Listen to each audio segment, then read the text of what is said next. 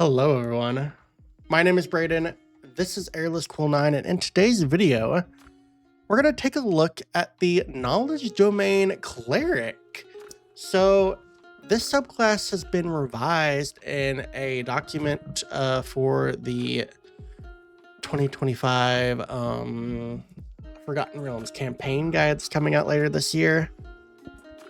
So we're going to take a look at what has been changed for this subclass, and I'm going to give you my thoughts on it. There are some really interesting changes here. So, Knowledge Domain Cleric. Unearth secrets and master the mind.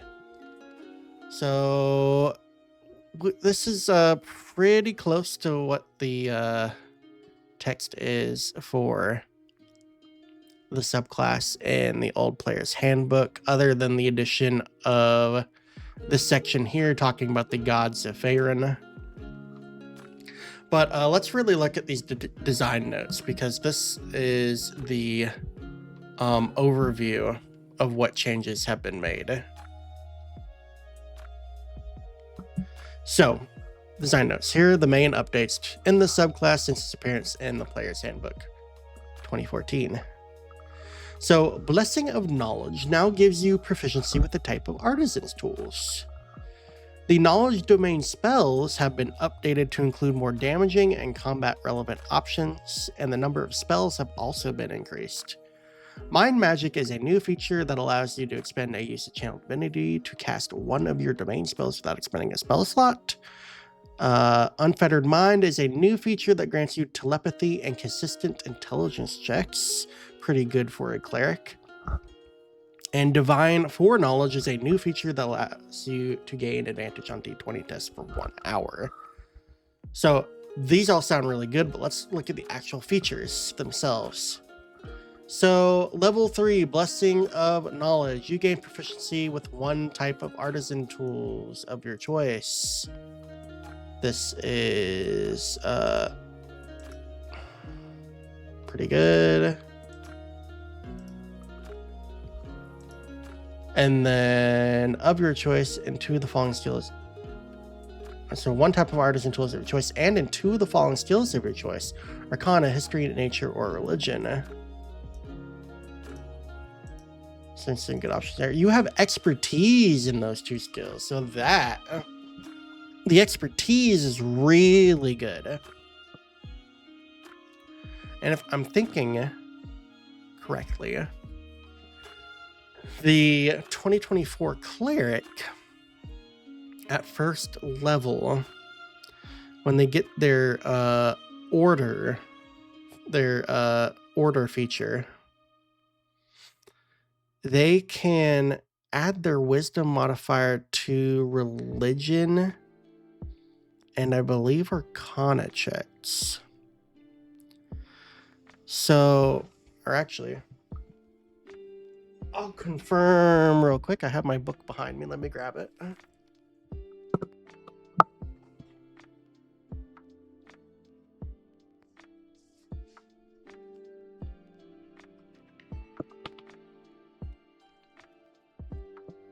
So it'll take just a second here.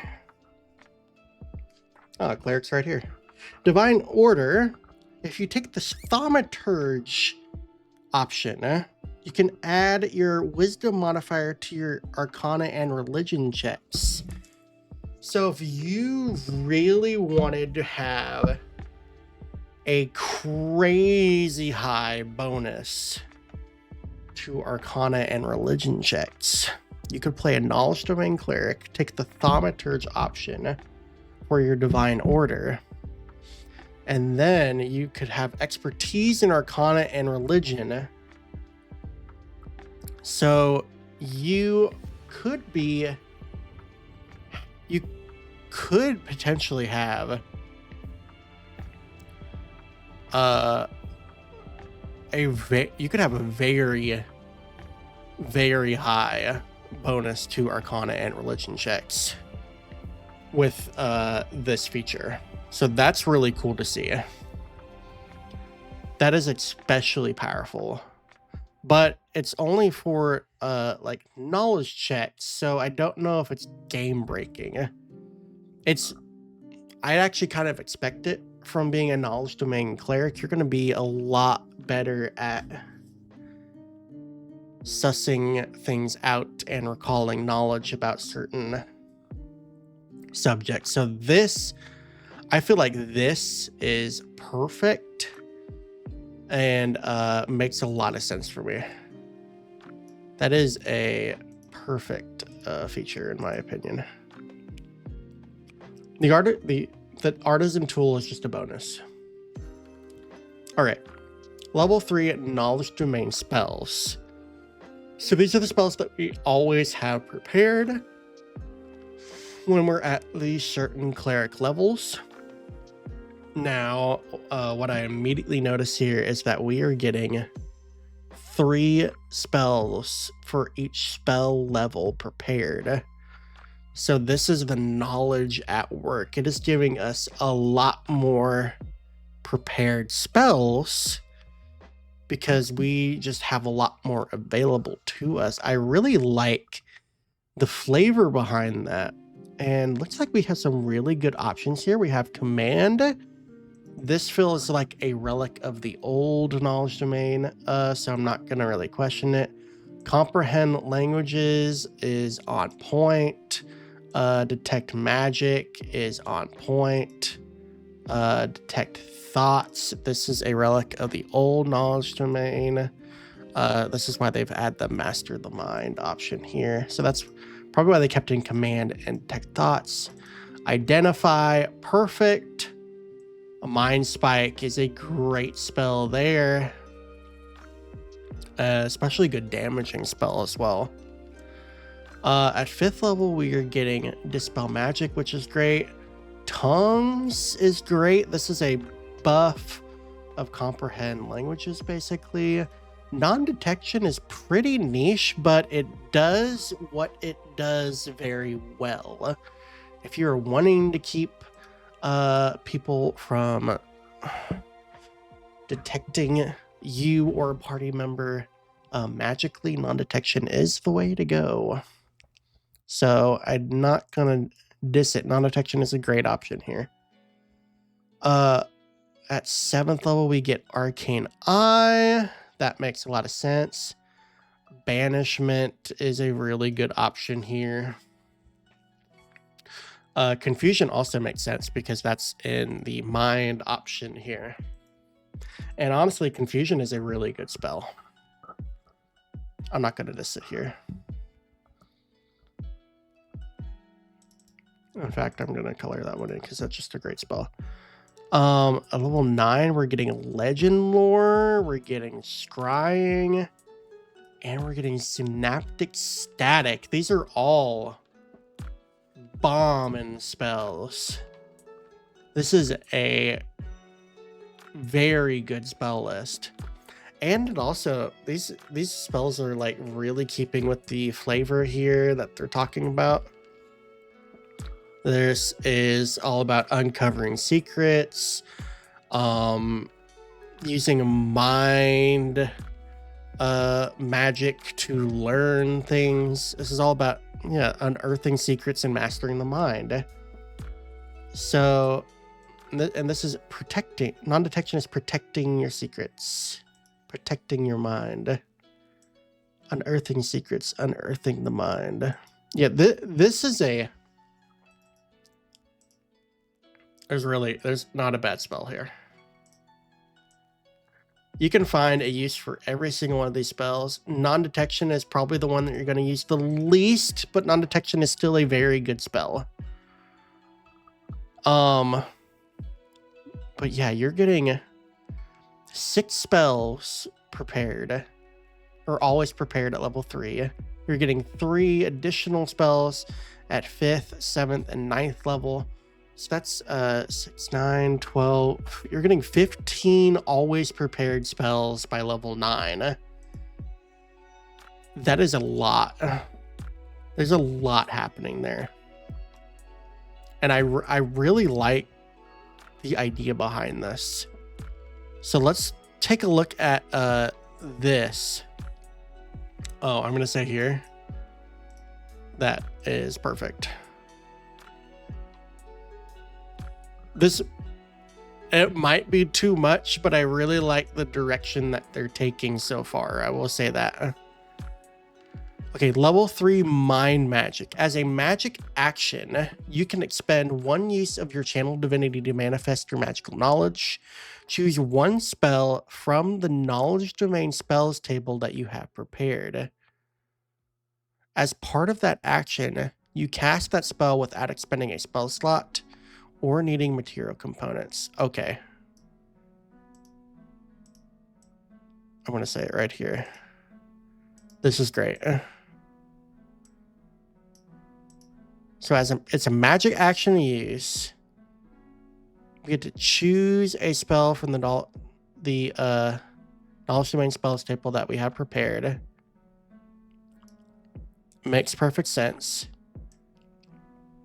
And then as part of that action, we're casting the spell without expending a spell slot or needing material components.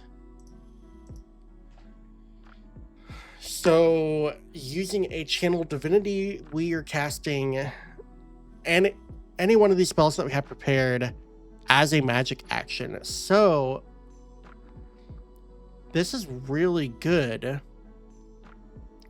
because some of these spells require longer than an action to cast. I'm thinking particularly, I believe Legend Lore takes longer to cast.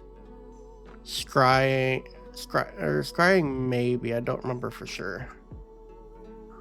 I'm really thinking that this has more use for Legend Lore, but no, wait, I forgot. Detect Magic and Identify are also a minute to cast. So this is a free casting of a spell as an action as long as you use a channel divinity.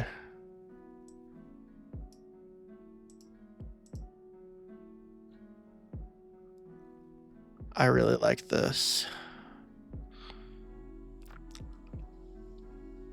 There's a lot going on here. There is a lot that you can do with this.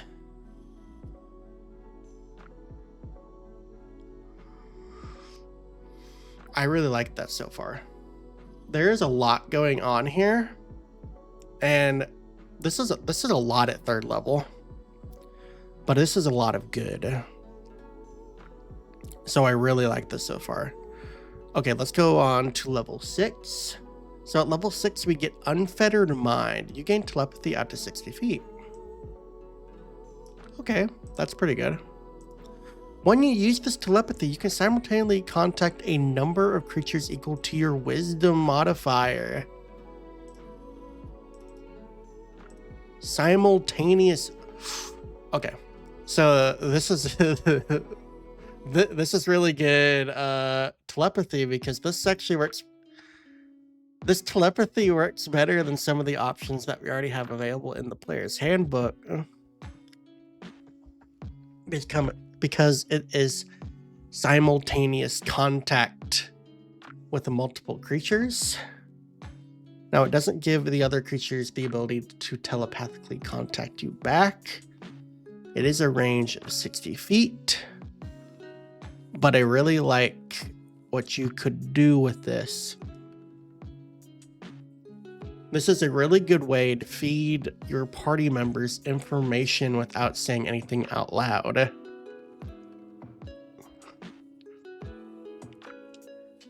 Okay, I really see what they're trying to do here, and it's doing good things in my mind. I like this. All right. Additionally, if your total for an intelligence check is lower than your wisdom score, you can use that score in place of the total.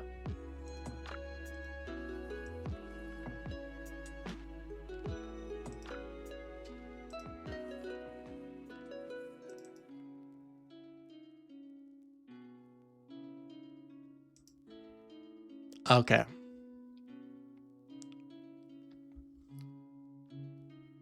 So this is crazy good. That's going to be really good because if you're playing a cleric, ideally, you already have a decent wisdom score. I would say at minimum, at 6th level, you should probably have a 16 at minimum. If you prepared your cleric to get a higher wisdom score, it's going to be 18 by this level because you have an ability score improvement by now. It could also potentially be 19 if you just put your ability score improvement into all of it into your wisdom and you started with a 17. So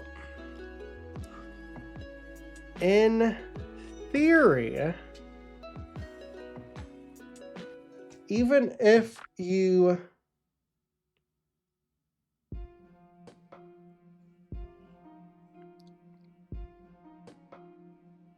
okay, let's see how this is. So even if you roll abysmal on an intelligence check, let's say you roll a history check and you roll a 5.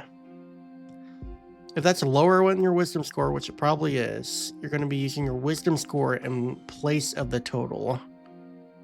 So that doesn't mean you get to add the modifier from your ability check onto it, but you're using your wisdom score as the total instead. So let's say I roll a 5 and I have a minimum wisdom score at this level. Instead of rolling a 5, I decide I rolled a 16 instead.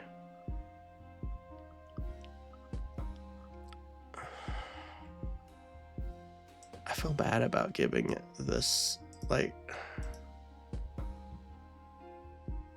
I feel bad that I'm gushing about the subclass, but this is amazing here. This is good and this is good. There's so much happening here. This is a really good subclass. Really, really, really good.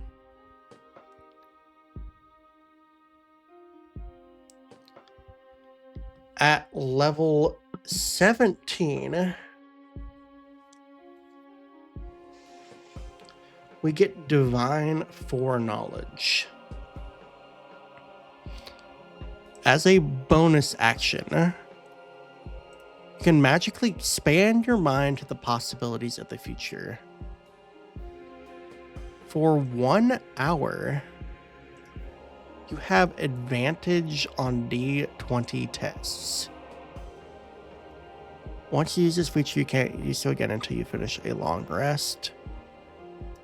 You can also restore your use of this feature by expending a level 6+ spell slot. No action required.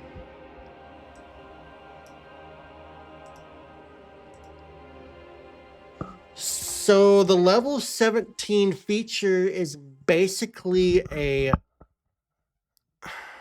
poor man's foresight. But it lasts for an hour instead of 8 hours. You're only getting the advantage from it, not the disadvantage against you, but it's a bonus action to do. And you can get it back by expending a level 6 spell slot, which is 3 levels lower than foresight.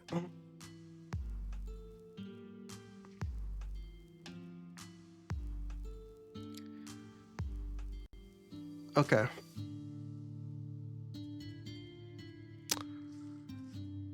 I found the cleric subclass I want to play in a future campaign.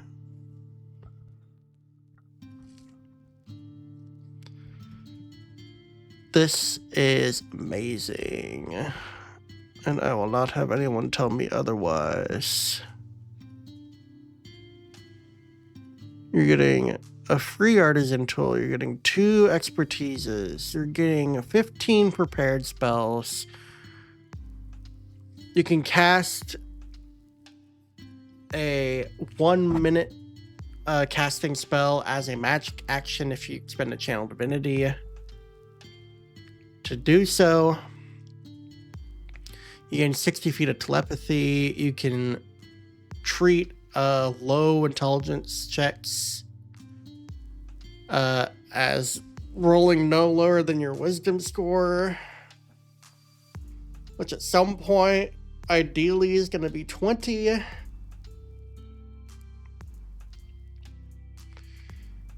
And then at level 17 you just get like you get half of the foresight spell.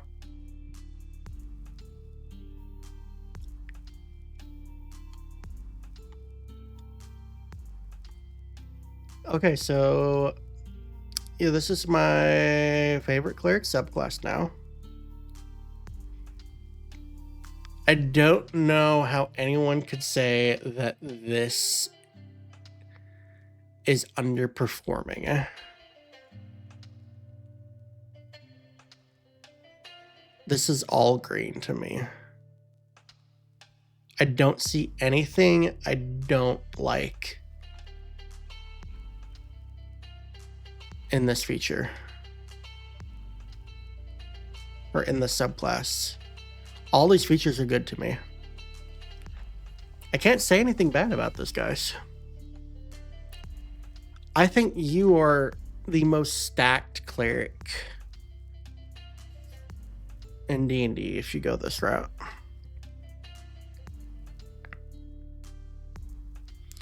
You're not the face of the party, but you are the information gatherer.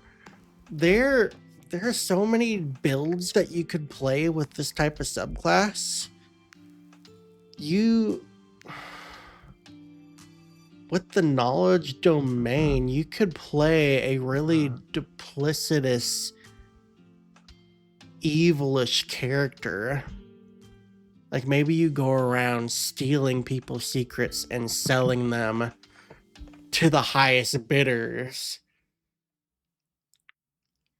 There's so many ideas that you could do, so many things that you could do with this subclass. I think this is knocking it out of the ballpark. So yeah, I don't really have much else to say. So yeah, thank you all for watching this video. Let me know in the comments what you think about the subclass. I don't think there's any problems with this. In fact, I don't know if it's too powerful. I don't think it's too powerful. There's just some really good abilities, and there's a lot of cohesion between the abilities. So there's a lot happening here. I love the extra prepared spells. I love having expertise and some intelligence skills. I like the versatility of mind magic if I need it. I like having the ability to speak telepathically to allies or other creatures, and potentially multiple creatures at the same time. I like ensuring that my intelligence checks are going to be decent regardless of what I roll. And I like the ability of having advantage on all of my D20 rolls for a full hour.